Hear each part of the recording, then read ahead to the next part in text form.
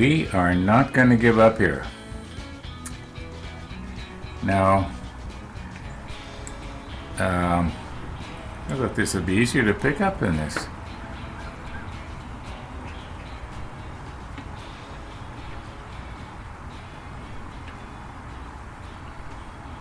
Okay, one of the viewers mentioned in a comment that he thought there was something to the effect of, he thought there was little felt thingies that you could put on your Dremel tool, and then I remembered, yeah, I think there is.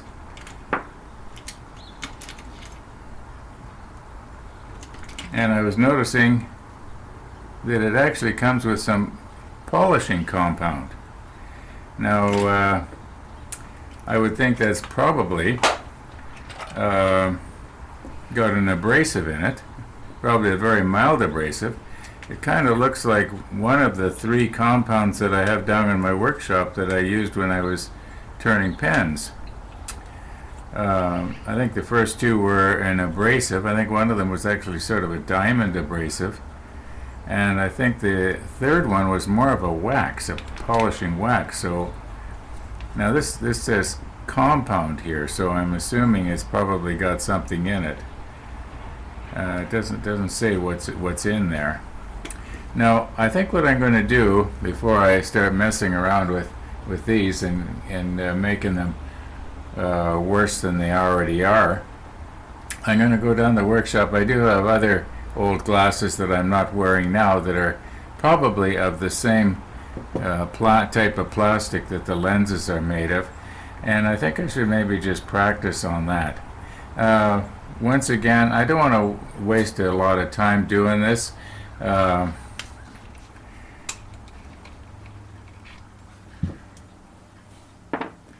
think that what happens is, you know what, I should reposition here so that you can see what I'm doing.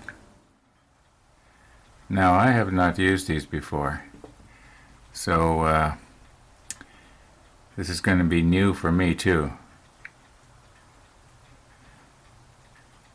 Now, I'm just thinking that this little part that I'm screwing in here now, it's a mandrel actually, is meant for this.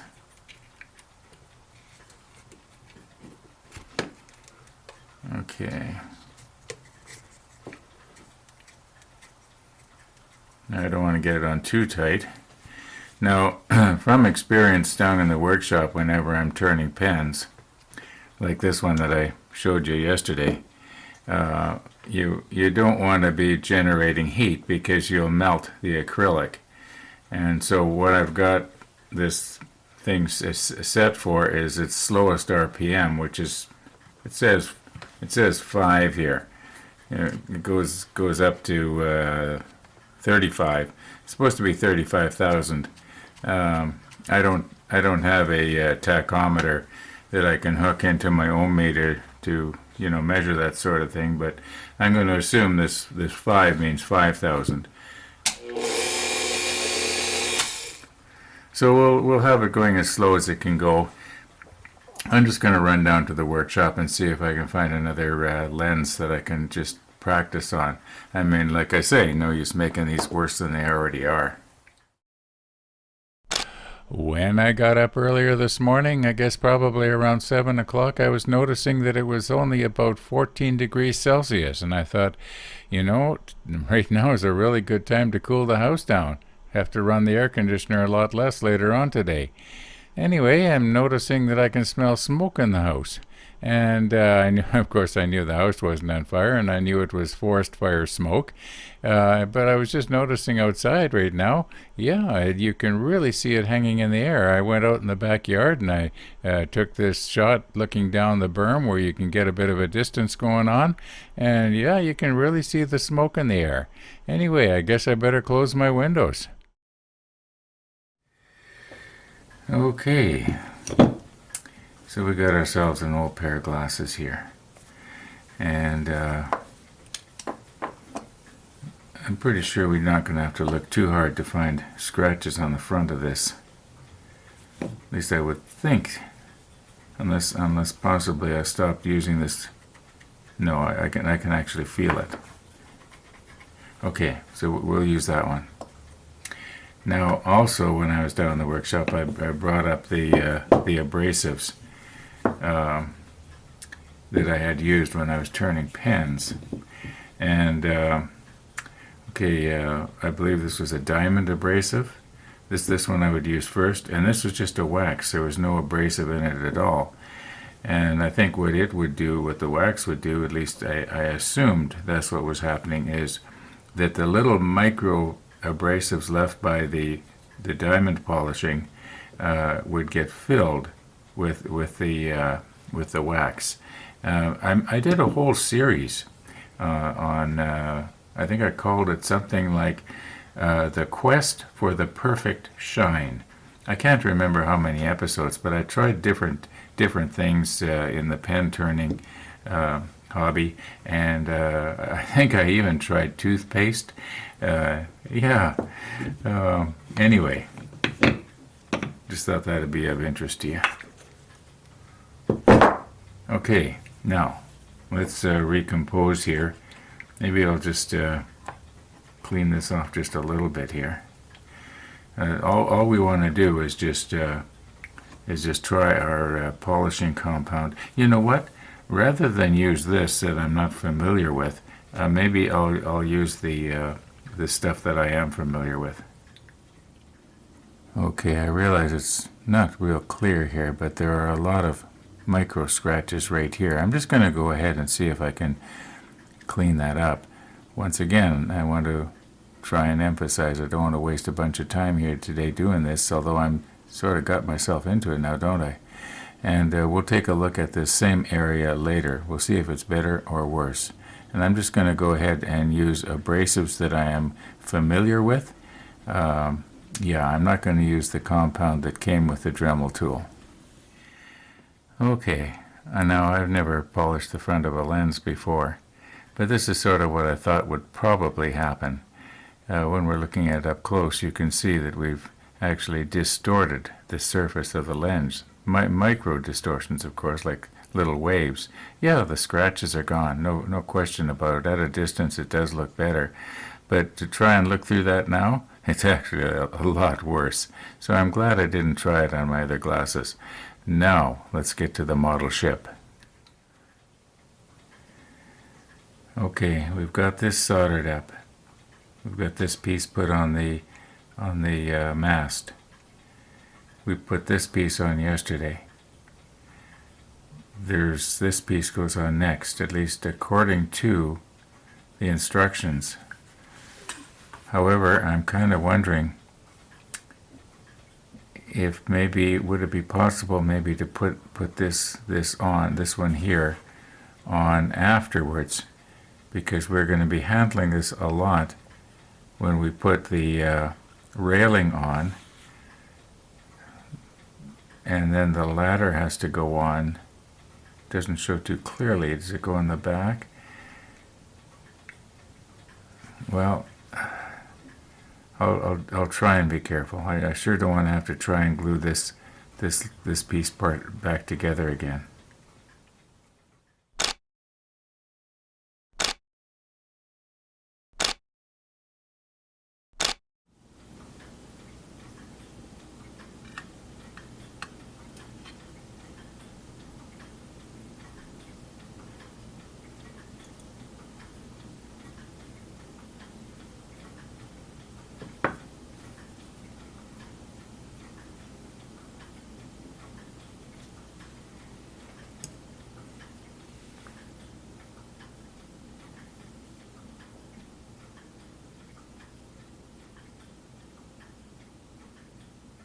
Yeah, you can sort of feel where the pegs drop down into the holes.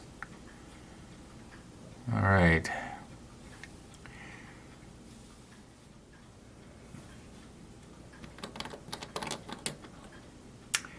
This is just the regular extra thin.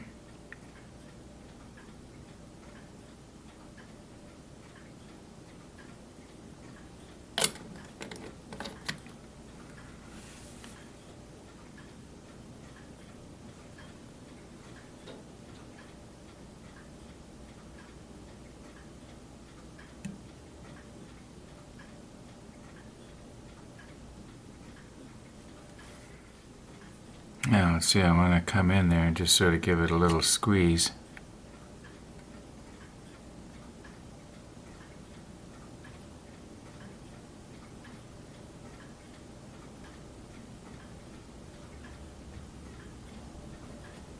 Alright, now do we have that straight?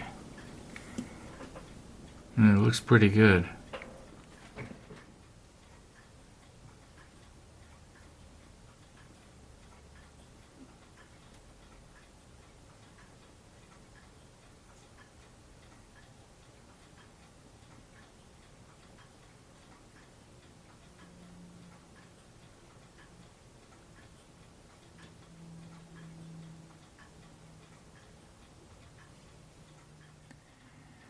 Okay, now we need photo etch B44 and B19. Chances are the B44 is going to be painted already, but actually that might not be much of a help, because we're going to have to repaint everything anyway, and this thing, after it's bent into shape, is going to have to be glued onto the platform here. So, yeah. Okay, I do not think I'm going to be painting my railings while they're on the sheet again. Okay, that's 35, that's 36, so this has got to be 44.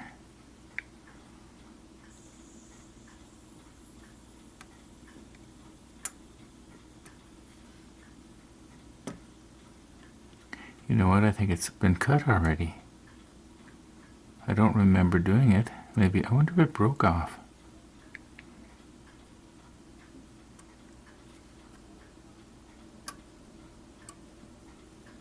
This one's cut too. Well, yeah, I must have. Yeah, I must have cut them, because, yeah, this one's cut. This one's cut. No, isn't that funny? Let's flip them around here.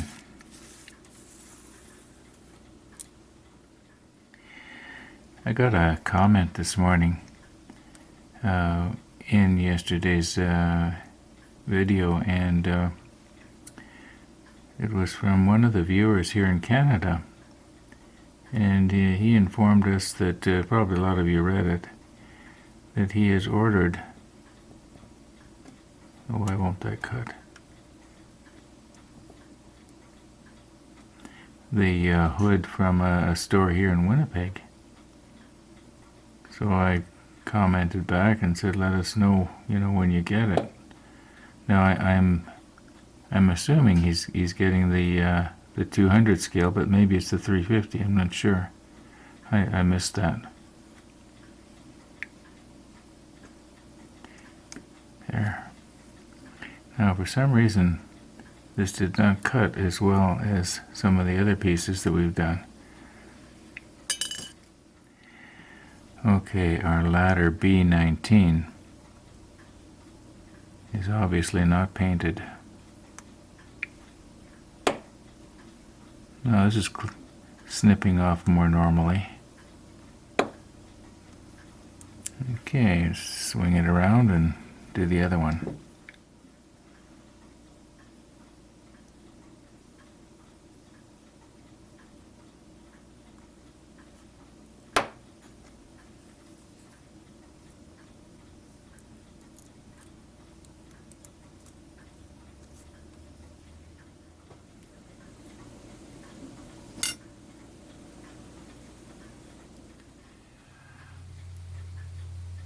Now this railing is not symmetrical. You'll notice that there's more of a space from this post to this post than from this one to this one. So if you study the manual here, you can see that the shorter one is right here. So when we glue this on, I want to make sure I get it the right way up, because it appears to me that it wouldn't matter if it went this way or if it went the other way, if you know what I mean. Yeah, in other words, there's no little little posts sticking up above the rail. So anyway, we got to try and bend a nice smooth radius in this right here. Probably it appears to me that the radius would be between this post and this post, and this section here stays straight, and so does this section here, and then the back would be curved in, or bent in rather, at 90 degrees to this, and this one be 90 degrees to this. I'm thinking out loud. Okay, I can feel that the posts right now are on the they're on this side of the rail, so I'm going to want them on the other side of the rail. Yeah, it's smooth, you don't feel them, because when I roll this, it's going to curve like this. Alright, I'm going to try and do this so that you can see it, and I also want to watch that I don't accidentally go beyond this post and this post. Otherwise, this section here is going to get rounded as well. Alright, let's stick on the macro lens. Now, it could be that doing it on this white paper is not a good idea.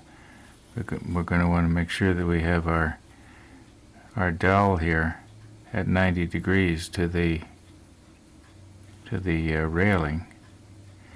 And I'm going to want to sort of look at it from over top here. Alright, so we start here, press down, go to that rail, go down,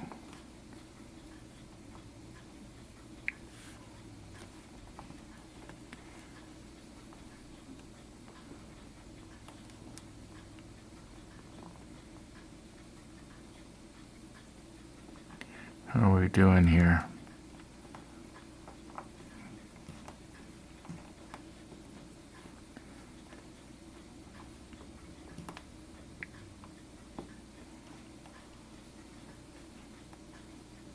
I think I'm almost there.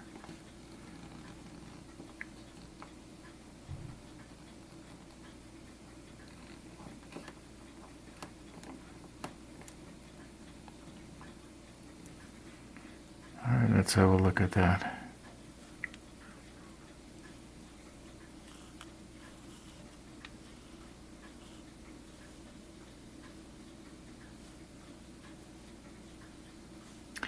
I think it could go just a little bit more, because this one here is not parallel to this one here. We'll just give it a little bit more here. Whoops.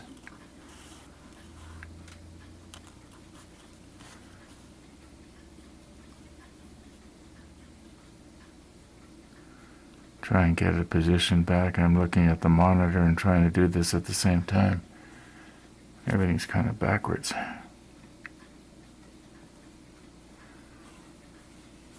Wonder if I was to run the dowel halfway through and then push at it from both ends at the same time. Maybe would that work better? We're having an optical illusion going on there, aren't we?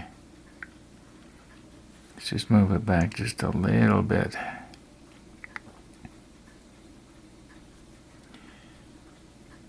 Okay, now I'm pressing down.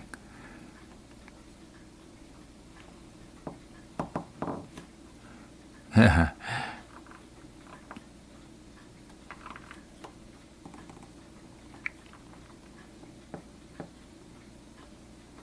do believe that's just about perfect now.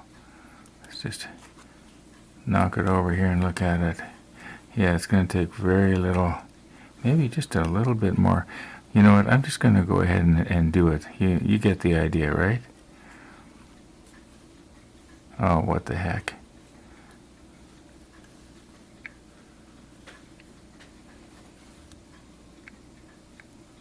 Get it square here, otherwise it's going to be off just a little bit. pressing pretty hard here. Maybe I should have used a smaller dowel.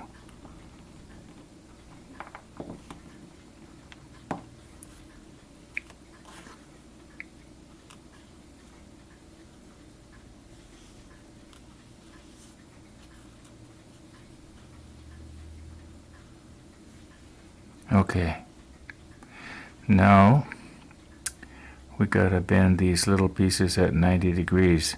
I think I'm probably going to use the photo etch plier, because I don't think I can use Andy's photo etch bender on this. There's probably a way to do it, but okay. Okay, I did use the photo etch plier, and I had wanted to do it on camera, but it was just too finicky, so I had to just go ahead and do the best I could off camera. And it probably needs a little adjusting here. You know, you can see that this one here is not perfect 90 degrees, but we'll see how it looks after after it's glued up or put up against the platform. I think that's going to be it for today, folks. So thanks for watching, and all being well, we'll be seeing you tomorrow.